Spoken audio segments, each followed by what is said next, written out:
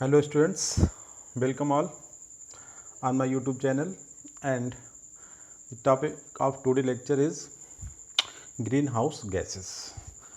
तो very simple and most important topic, इस topic से मुझे लगता है हमेशा क्वेश्चन रहते हैं हर तरीके के एग्ज़ाम्स में, नीट में, CSR में और टीचिंग एग्जामिनेशंस में, और बहुत ही इंपॉर्टेंट टॉपिक है ये। ठीक है, और मैं केवल यहाँ पे इससे रिलेटेड बहुत सारे टॉपिक होते हैं, बहुत बड़ा स्पेक्ट्रम बनता है क्वेश्चंस का यहाँ से, बट इस लेक्चर में मैंने केवल ग्रीन हाउस की बात करी है। ग्रीन हाउस गैसेस क्या होती हैं, कितने टाइप की क्या होती हैं, उनकी इन्वायरमेंट में परसिस्टेंसी क्या है, कौन कितने टाइम तक रहता है, और उनका थोड़ा सा इफेक्ट की बात करिए, और उनसे रिलेटेड कुछ कन्वेंशंस और प्रोटोकॉल्स उसमें बताए गए हैं। बस इधर थोड़ा सा डेविएशन नहीं है, बिल्कुल ग्रीन हाउस गैसेस क्या है, टाइप्स, सोर्सेज एंड परसिस्टेंसी। ठीक है, तो सबसे पहले हम देखते हैं कि ग्रीन हाउस जैसा टर्म होता है, ये भी बताने की ज़रूरत नहीं। ग्रीन हाउस जैसे होता है, आपने देखा होगा, एक टाइप ऑफ एग्रीकल्चर कल्टीवेशन जो करा जाता है, ग्रीन हाउस बनाए जाते हैं जो एग्रीकल्चर एंड बॉटनी डिपार्टमेंट्स होते हैं डिफरेंट टाइप की यूनिवर्सिटीज़ में, तो वहाँ पे ये हाउसेज बनते हैं। ठीक है, ग्रीन हाउस जो ग्लास होता है, ठीक है, उससे ये टर्म्स आया, ग्लास की वजह से ग्रीन हाउस गैसेस। और इनका दूसरा नाम होता है रेडिएटिवली एक्टिव गैसेस। ठीक है, क्योंकि रेडिएट होने की जो टेंडेंसी होती है बहुत ज़्यादा होती है, so they are known as radiatively active gases. अच्छा, उसके बाद हम इसकी डेफिनेशन देखते हैं, बहुत ही सिंपल कि क्या डेफिनेशन होती है। एक gas mixed in atmosphere, atmosphere मतलब जो एटमॉस्फेयर की जितनी सारी गैसेस हैं उनके साथ मिक्स हो जाती है, that absorb the infra red radiations emitted by earth surface. तो आपको पता होना चाहिए पूरा जो स्पेक्ट्रम होता है उसका लगभग 48% हमारी अर्थ पे आता है, और उसका 1% फोटोसिंथेसिस में यूटिलाइज कर लिया जाता है, और बाकी जो है वो रिटर्न हो जाता है। अब रिटर्न होते टाइम कुछ गैसेस, जो एक एवोल्यूशन है आप दी, जो इंडस्ट्रियलाइजेशन का एंड डिफरेंट काइंड्स ऑफ जो एक्टिविटीज़ हो रही हैं, इंक्लूडिंग एंथ्रोपोजेनिक एक्टिविटी भी इसमें इन्वॉल्व है, उनकी वजह से कुछ गैसेस का मिक्सचर जो अर्थ पे क्रिएट हुआ है, इवॉल्व हुआ है, वो हमारे एटमॉस्फेयर के साथ मिलके उस रिटर्निंग जो स्पेक्ट्रम ऑफ द सन है उसे एब्जॉर्ब कर लेती हैं। उसे हमने बोल पाया इंफ्रा रेड रेडिएशन। ये विजिबल रीजन से स्पेक्ट्रम के पहले का रीजन होता है, जिसकी लो वेवलेंथ लाइट का रीजन, उसे बोला गया इंफ्रा रेड रेडिएशन। उसे एब्जॉर्ब करने की जो टेंडेंसी होती है वो इन्हें बनाती है ग्रीन हाउस गैसेस। और होता क्या है उसका रिजल्ट, कि उन गैसेस को जब ये एब्जॉर्ब कर लेती हैं तो ये रेडिएशन अर्थ पे ही बना रहता है, एक अर्थ की हाइट पे, जिससे जो अर्थ का ग्लोबल टेम्परेचर है वो कंटिन्यूसली बढ़ता चला जा रहा है, और इससे जो इफेक्ट आते हैं जिसे हम बोलते हैं global warming, CO2 fertilization, greenhouse effect, there are different names for that activity. But हमारा टॉपिक अभी ये नहीं, हमारा टॉपिक केवल ग्रीन हाउस पे डिस्कस कर रहे हैं। ठीक है, तो एक gas mixed in atmosphere and that absorb the infra red radiations emitted by the earth surface, वो गैस क्या कहलाएगी, ग्रीन हाउस गैस। अच्छा, अब हम बात करेंगे कि ग्रीन हाउस गैसेस का नंबर कितना है। ठीक है, तो ग्रीन हाउस गैसेस का नंबर है 6। ठीक है, 6 होती हैं। कौन कौन सी होती हैं, देखिए, पहला है वाटर वेपर्स। ठीक है, जिनकी कंसंट्रेशन भी मैंने बताई है कितना है, 50%, और ये most easily remove from the atmosphere. Concentration सबसे ज़्यादा है, इसके अपोजिट ये सबसे ईजिली एटमॉस्फेयर से रिमूव्ड भी की जा सकती हैं। ठीक है, दूसरा है आपका CO2, कंसंट्रेशन 20%।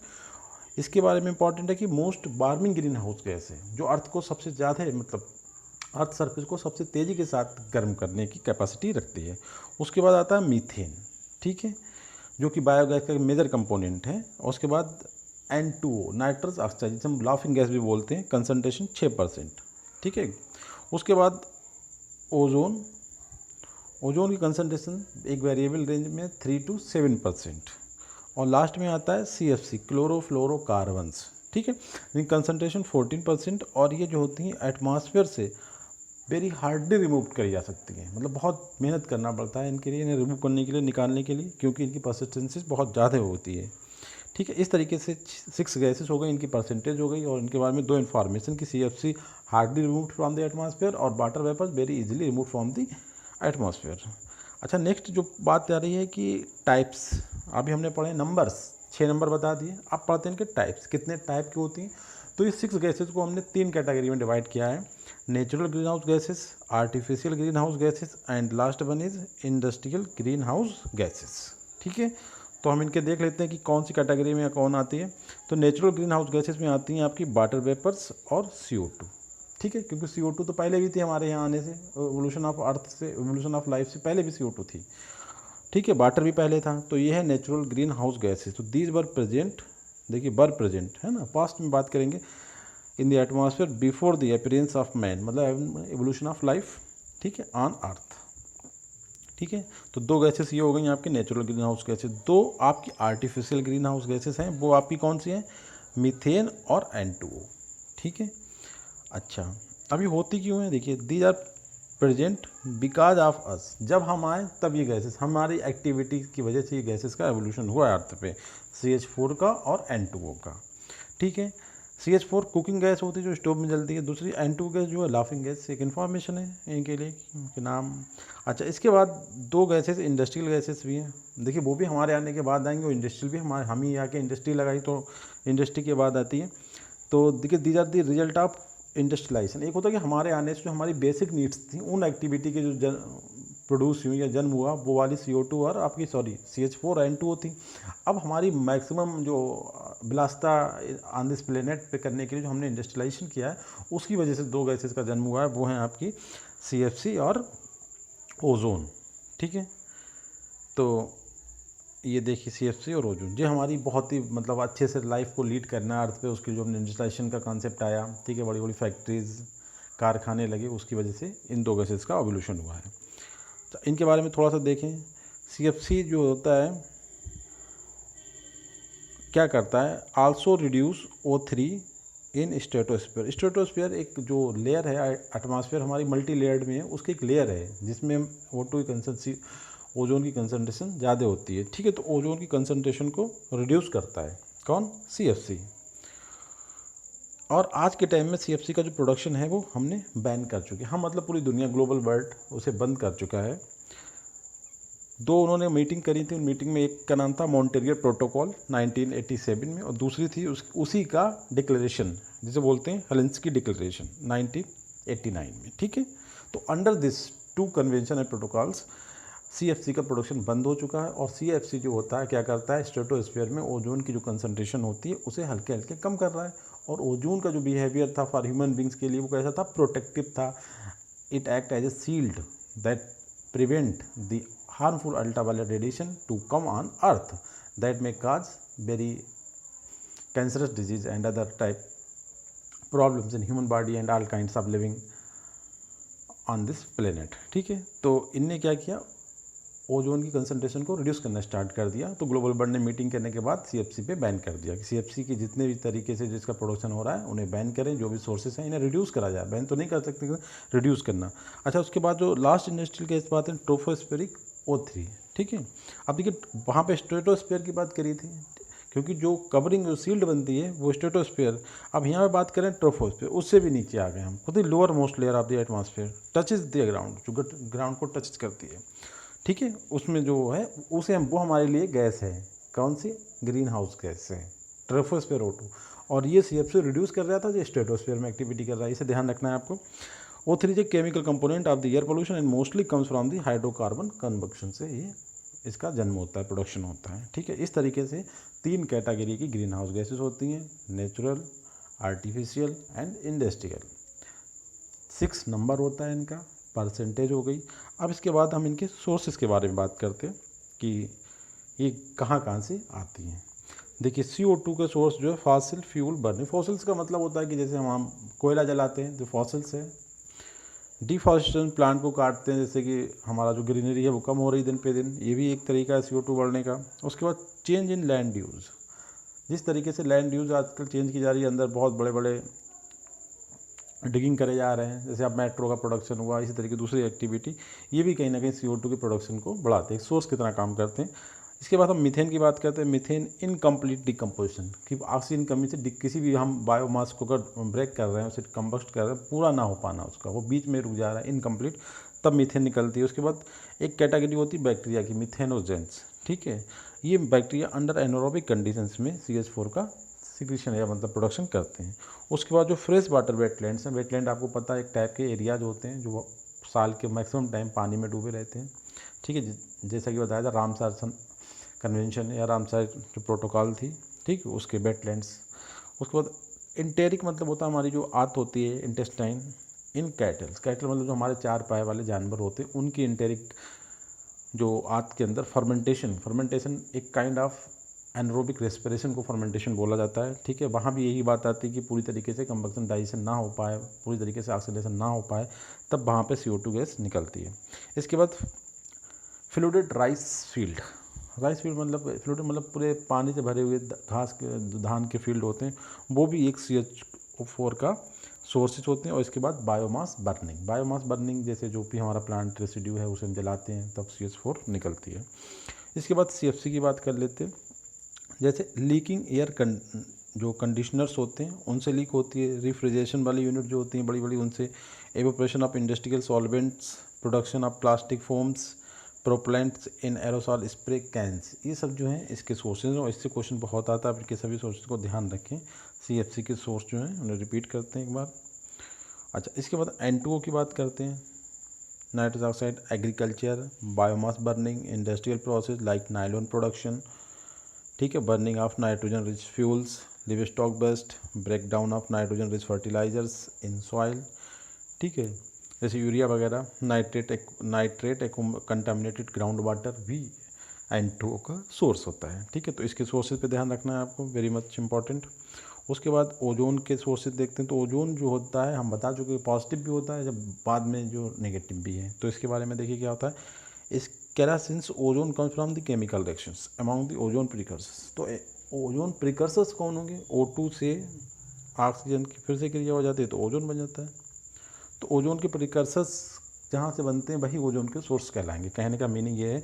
तो ओजोन प्रिकर्सर्स कम्स फ्रॉम, तो हमें वो देखना ओजोन के प्रिकर्सर्स कहाँ से आते हैं। देखिए, fuel combustion and evaporation associated with car, trucks, buses and equipments. उसके बाद कह रहा है कि fuel combustion and evaporation associated with large stationary sources, जैसे कि पावर प्लांट, रुके हुए सोर्सेज हैं, ऑयल की रिफाइनरीज एंड फैक्ट्रीज। यहाँ से O2 के मतलब ओजोन के प्रिकर्सर्स निकलते हैं।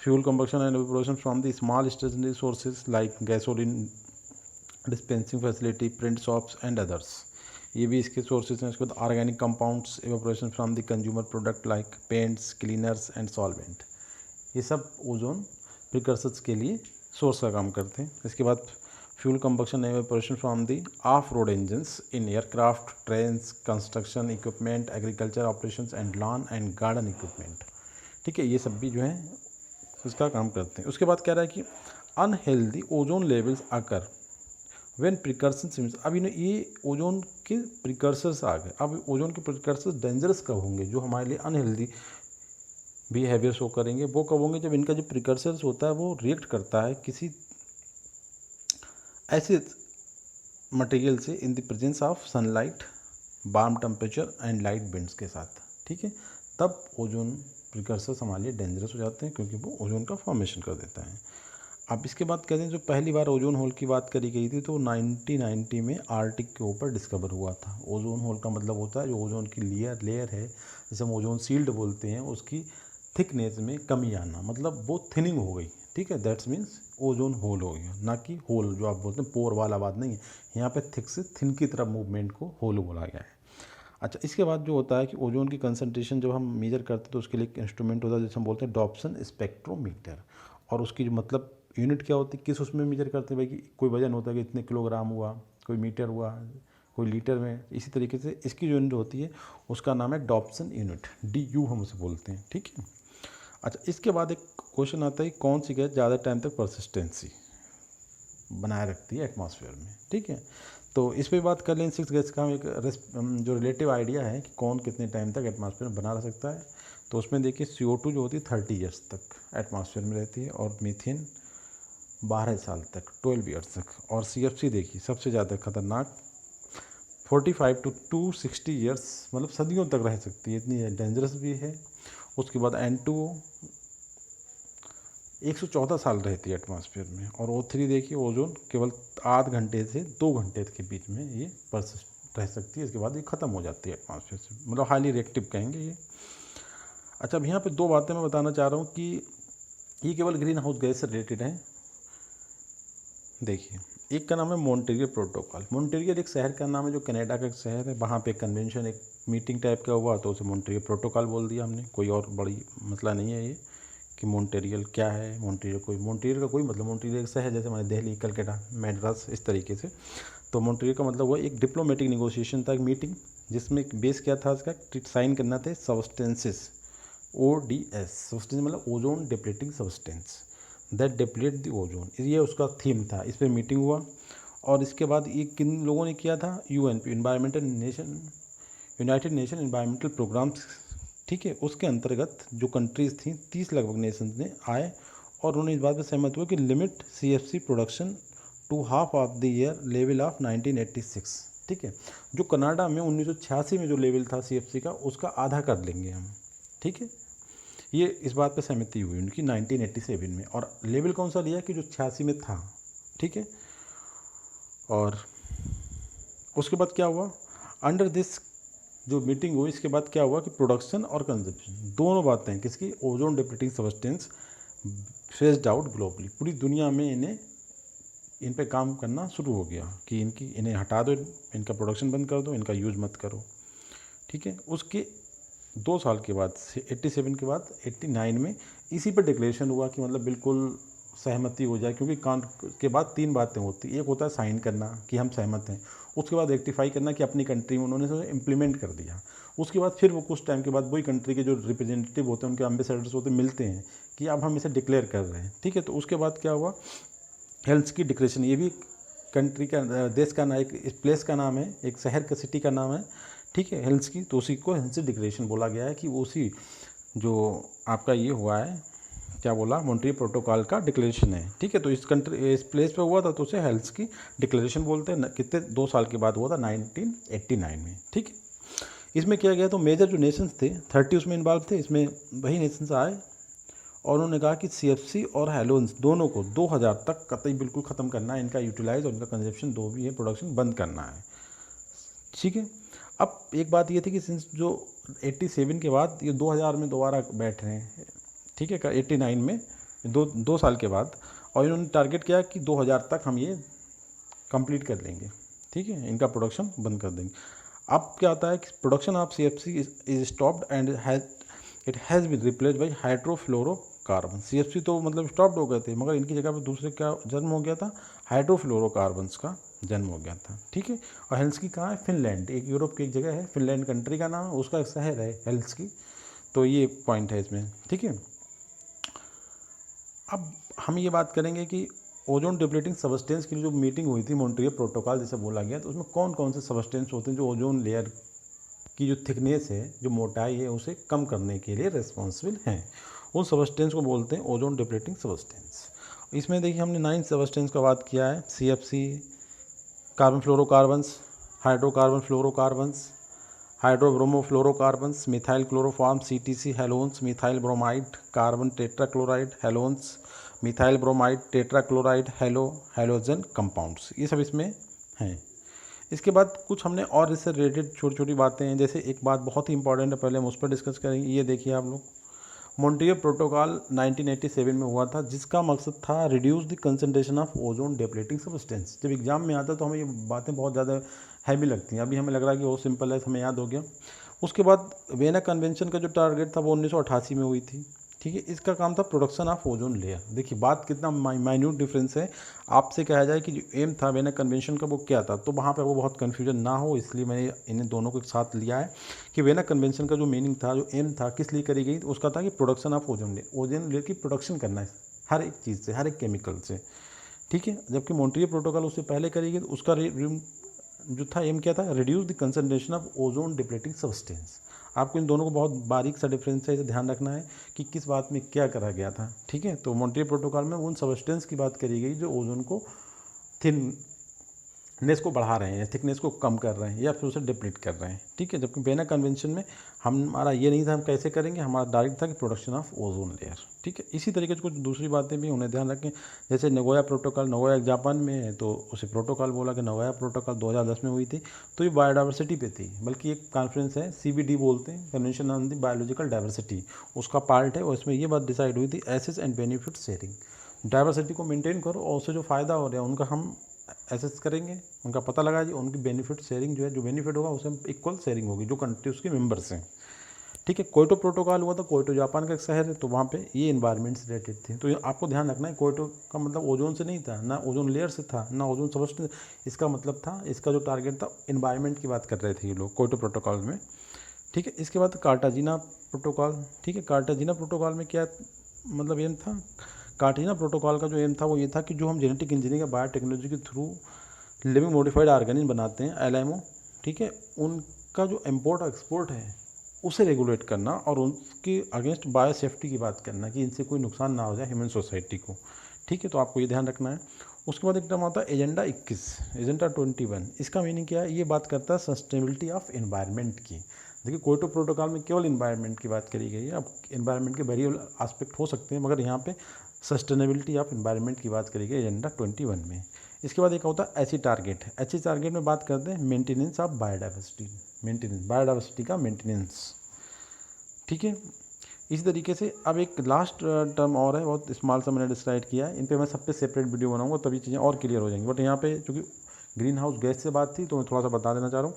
पेरिस एग्रीमेंट भी है, एक चीज़ है। तो पेरिस एग्रीमेंट जो था, एक टर्म है, ये एक मीटिंग होती है जिन्हें हम बोलते हैं COP। COP का मतलब होता है कॉन्फ्रेंस ऑफ पार्टीज़। ये हर साल होती हैं, 1, 2, 3, 4, 5, अभी 26, 27 की बात हो रही है, 27 होगी इस बार।